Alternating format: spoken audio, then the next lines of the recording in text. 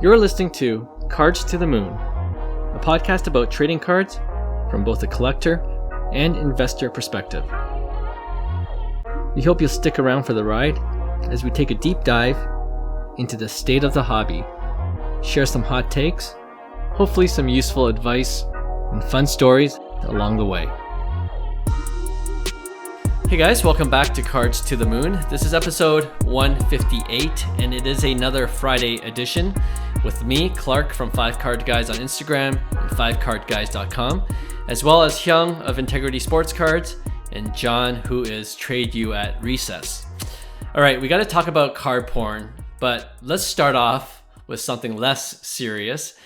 So off the top, I want to talk about the tacofractor, okay?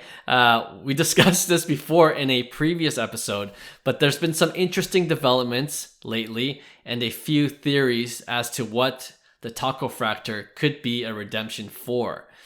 Now, just want to put this out there. The chances of getting a tacofractor is something like 1 in 9,000 packs from either this year's Topps Chrome Hobby Box or the recently released Topps Chrome Cosmic Hobby Box. And in addition to having players featured on the tacofractor cards, apparently there was a wild card tacofractor, which I didn't know about until I saw the Instagram posting where it sold recently for just over $11,000. Wow. Was that out of a Cosmic box or a Topps Chrome box? Good question. I think it was out of a Cosmic box, but I'm not 100% sure. Yeah. So, well, let's start there. Thoughts on this wild card tacofractor, and what have you guys heard about what the redemption could be? Man, we've been guessing. It feels like we've been guessing about this for the whole year. Yeah. You know? But I heard, like, for me, I think a lot of people didn't like the fact that they had tacofractors in Cosmic Chrome.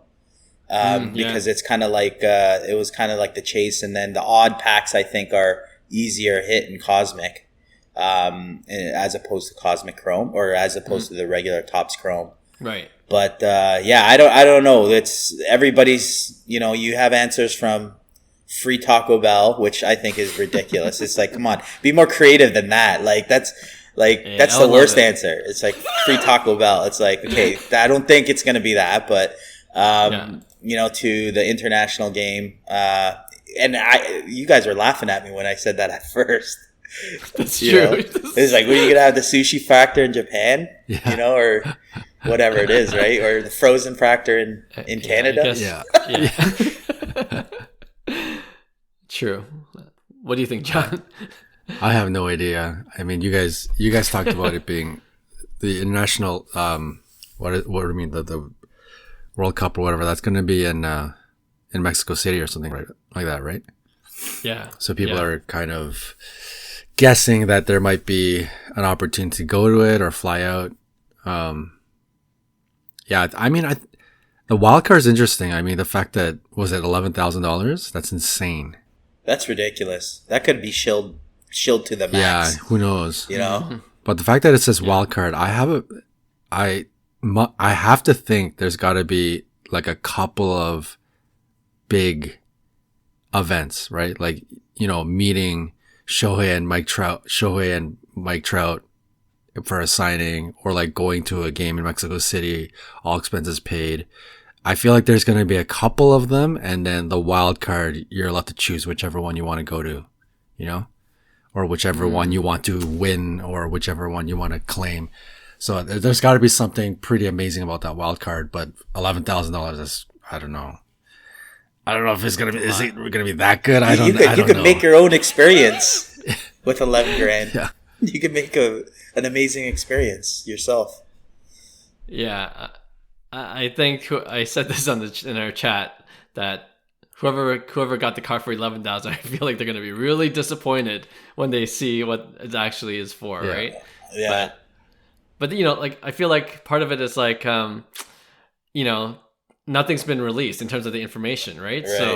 So I feel, you know, Topps might be like, oh shoot, someone paid $11,000 for this. We got to make this worth Just start throwing it in as the deal gets, or as time goes by, throwing the deal to get it better. Yeah, I'm like, I guess a free signed jersey isn't good enough. We need to up the prize level. Well, I hope it's something though. Like, they've been dragging this on for a long time. I'm honestly starting to, like, I'm over it. Like, it'd be cool to have it, but like, I just want something. Yeah, I think. Do you think it's player specific? Yeah, it should be player specific because that's the whole point of the player, I guess, on it, right? And then the wild card, I don't know. Who knows whether it's set collecting, but to 5 is too rare, right? So that'd be impossible to collect that set. Yeah, exactly. Yeah, who knows? I think the recent sales of like regular player tacofractor cards, because I actually still want to buy one, but it's too like expensive, right? It's ranging like from $350 to $450, right? And the better players are going for a little over $500, right? So that's the range you're looking at, and if I could snag one for $200, I'll take the risk. It'll be great for content. That's how I justify it. Exactly. You know what? You should do it for 5 cards. We all buy one and we follow this card. Like, what is this gonna do? And then whatever happens, you have a camera following the whole trip. Right. Unless it's a signed autograph jersey. Well, you record that too. That's true. Yeah. So I might have to buy one just for the content, but I'm looking. I think Giancarlo Stanton sold for about $200. I should have pulled the trigger on that. That would have been a good one. He just hit his 400th. So. Oh damn! See. Yeah. Good time. So we'll see. Okay. Well. This will be to be continued for sure. All right. Let's talk about Juan Garcia, aka Cardporn. It's a crazy story that's worthy of a future Netflix movie. I was thinking the same thing. Right? Yeah. And kudos to Darren Ravel for uncovering the story. He's done some great investigative journalism there. So just quickly, if you have no idea what we're talking about, Cardporn, this self-proclaimed hobby watchdog, is alleged, ironically, to be responsible for a number of fraudulent transactions in the hobby. The latest was a Michael Jordan jersey that he tried to pass off as an authentic, game-worn playoff jersey by providing photos that could be photo matched to a specific playoff game. I guess that's how they normally try to authenticate it, right? If it did match, the jersey here apparently bought for $27,000 would have been worth $1 million if that authentication was correct.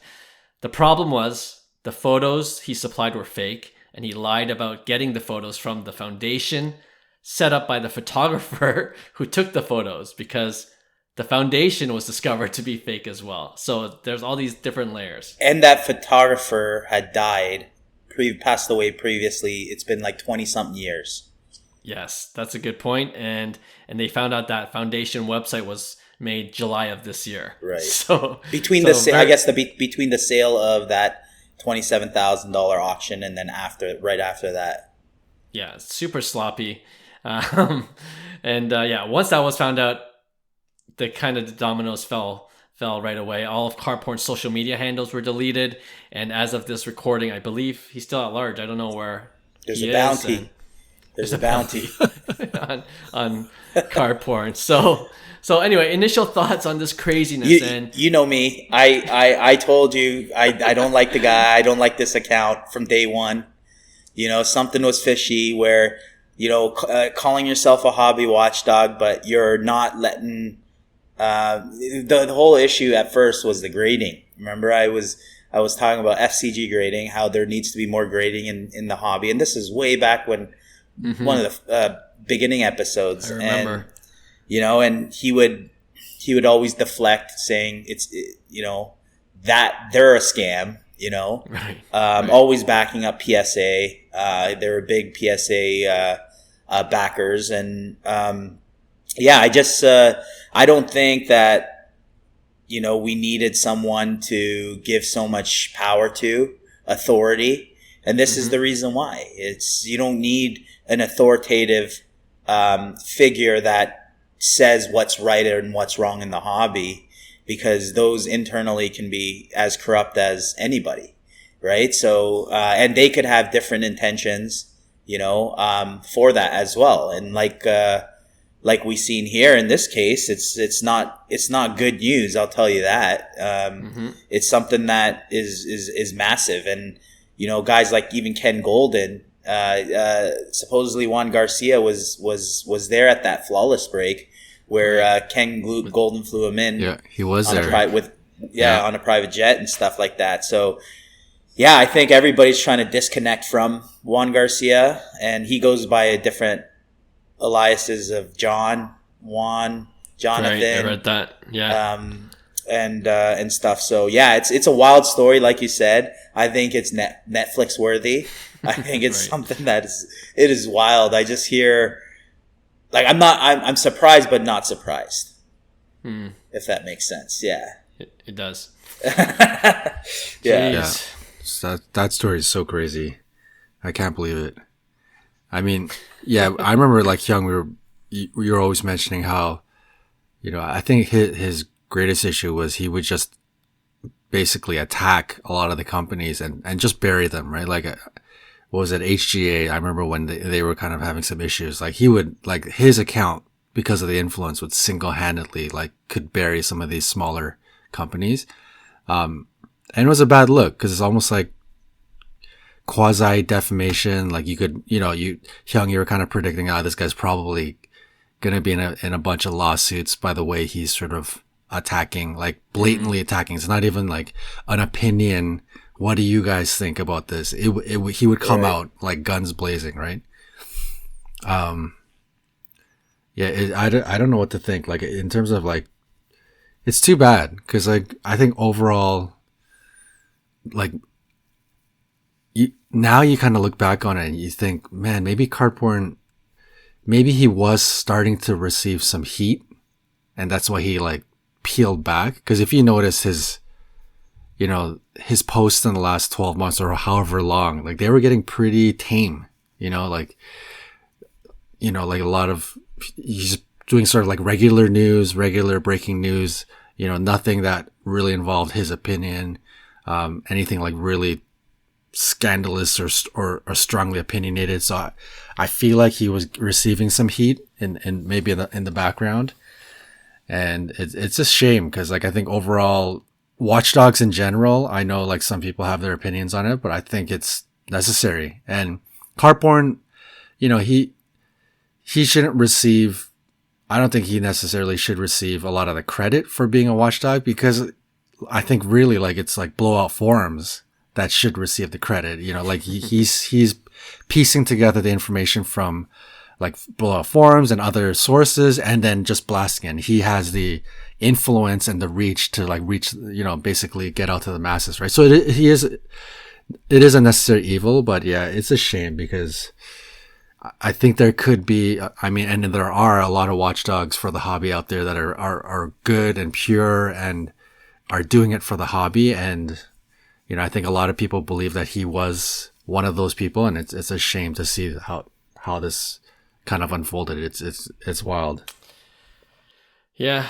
I don't know if there are any perfectly pure watchdogs out there. Like, when you get involved with that much money, there's certain temptations. Yeah, that's true. And if you're like a watchdog that is more on the pure side, you're probably a smaller, like, collector, in terms of, like, how much money you spend on it, and maybe not as influential as Cardporn was, right?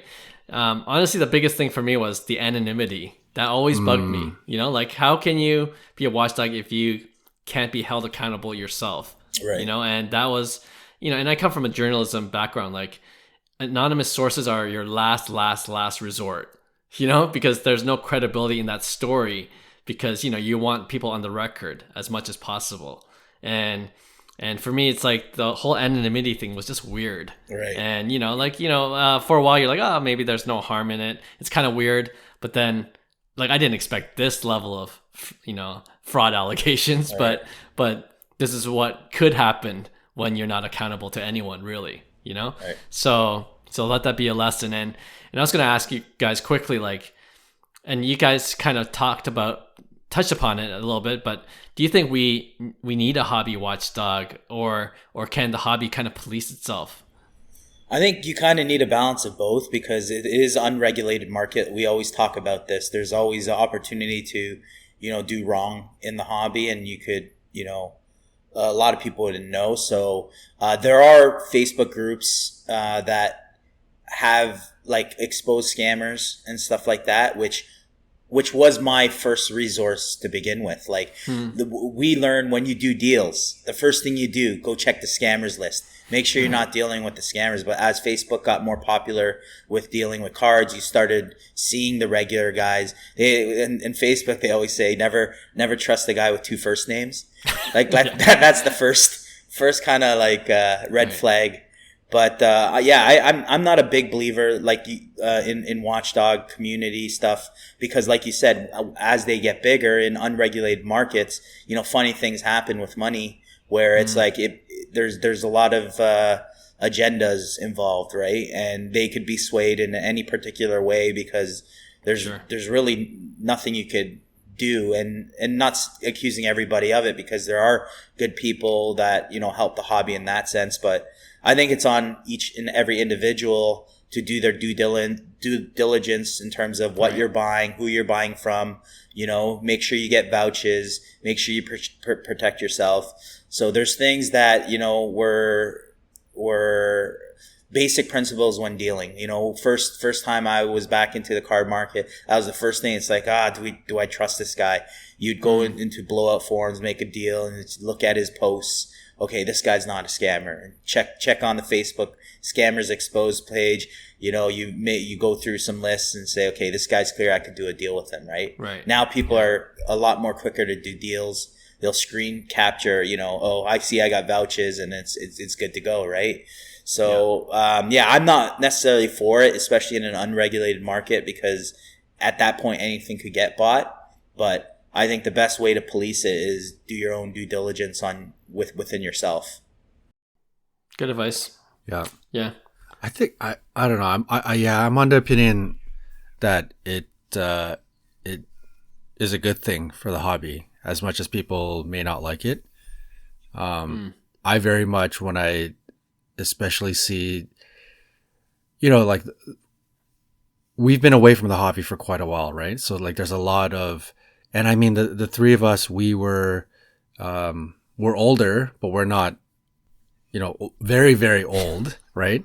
So when we collected in the junk wax era, like we knew what we liked, like going after, you guys talked about a couple of weeks ago, like Frank Thomas Leaf was a huge chase, obviously 89 Griffey, but we were kids, right? So even thinking about some of the history behind like PMGs and some vintage cards, like we don't know the history or the context or anything like that, right? So when watchdogs come out and talk about, hey, this is a trim card, or watch out for this scam, PMGs shouldn't look like this, it should look like that because of the history, yada, yada, yada. And there's all this gigantic context behind why something should be a certain way. Like I very much appreciate those types of history lessons, and it makes me aware of, we're not, the three of us aren't looking at $100,000 cards, but regardless, I think I very much appreciate those kinds of posts. So I think it is necessary. But like you said, Clark, I think with, like in Spider-Man, with great, responsibility, great power comes great responsibility, right? So, right. I think there is a fine balance, but I think their watchdogs are necessary and they're good for the hobby?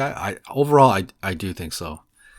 Does this, by the way, does this make Darren Ravel like, the de facto number one watchdog of the watchdog? Yeah, has he taken over the throne accidentally? The worst part about Ravel is apparently his grammar or his spelling, but people are complaining about his grammar and spelling and punctuation usage.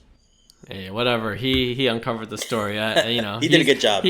He runs by journalistic principles, so I trust him more than I would trust Cardporn. He has a name. He's got a name. Yes, yeah, definitely. And he's got a name. We know his face, and he's not going to throw away his credibility on doing, or less chance of him throwing away his credibility by doing something stupid, right? So, but like for me, I think another part of this, and we won't get into it now, but it's all about the authenticators, right? Like in this case, My Gray was the one who originally authenticated the jersey based on the fake photos, and they certainly lost some credibility because of that mistake, Absolutely. right? And then it wasn't that long ago, BBCE lost a bit of credibility with the Pokemon box that Logan Paul ripped, right? And that was G.I. Joe inside. Right. So it's like, who's going to watch the authenticators? That's another question altogether, because I think authentication it's a good level of protection. It should be a good level of protection, especially with high value cards or boxes or sets. But when you hear stories like this, you're like, I don't know, do I trust an unsealed pack of or a box of whatever cards? Because they don't have a perfect track record. The authenticators don't have a perfect track record. So I wonder if they're insured. If they're insured under their authentication process, like if something goes wrong, they're not like insurance covers it or whatever because it's part of the job or whatever. I don't know. Good question. That's a good question, and that doesn't make me feel any better. No, not at all. They're the professionals that are supposed to be protecting us. But a couple of crazy things about this whole story is apparently Juan, basically in the Sydney story of the third, gave a business card with the victim's number on it. Wow.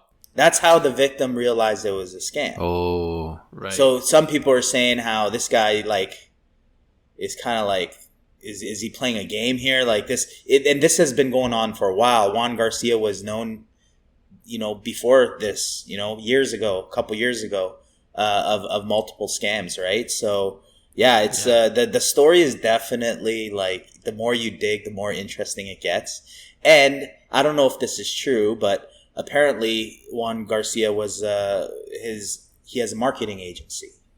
So he's very good with social media, and someone connected him to food porn. So I don't know if that account is associated with Cardporn, if he was the person involved in that whole.